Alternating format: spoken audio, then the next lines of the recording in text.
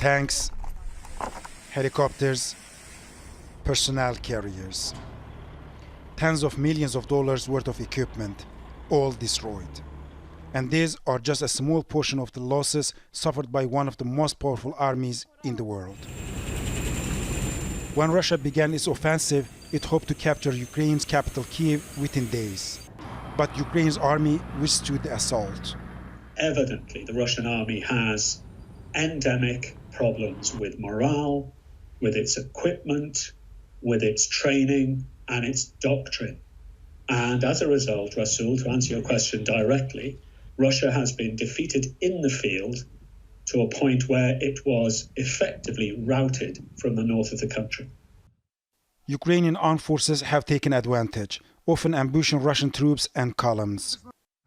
In less than 2 months since Russia invaded Ukraine, its military has lost thousands of soldiers. According to Ukrainian officials, it's more than the United States did in its 20 years of war in Afghanistan and nearly a decade in Iraq combined. They say Russia has lost at least 479 tanks, 496 infantry fighting vehicles, 20 aircrafts, 4 ships, 32 helicopters, 784 trucks, vehicles, and jeeps. In total, the Russians have lost nearly 3,000 pieces of equipment. And these are considered conservative estimates.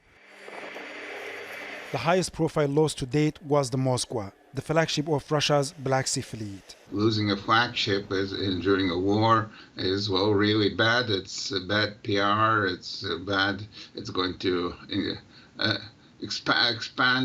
increase the morale of the Ukrainians at the time when they are on the verge of losing Mariupol.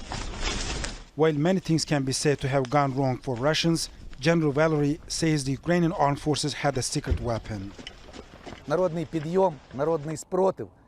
The mobilization of our society and people's resistance. Our pilots, who are older than 60 years old, come out and ask for jets. They retired from the armed forces a long time ago and asked, "Give us planes and we will destroy the Russians." So morale is our formula for success. Ukrainian forces have employed new tactical weapons given to Ukraine by NATO allies.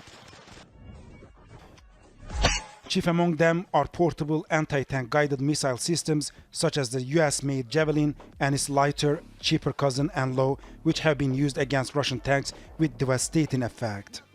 In the air, the Turkish-made 2B-2 Bayraktar drones have carried out both reconnaissance and strike operations. Portable Stinger anti-aircraft missiles have also enabled Ukrainian soldiers to take out low-flying aircraft. As tactical miscalculations, misjudgment of the Ukrainian resistance, and low morale have all contributed to Russian military vulnerability in this war, these weapons are leveling the playing field. Rasul Serdar, Al Jazeera, Kyiv.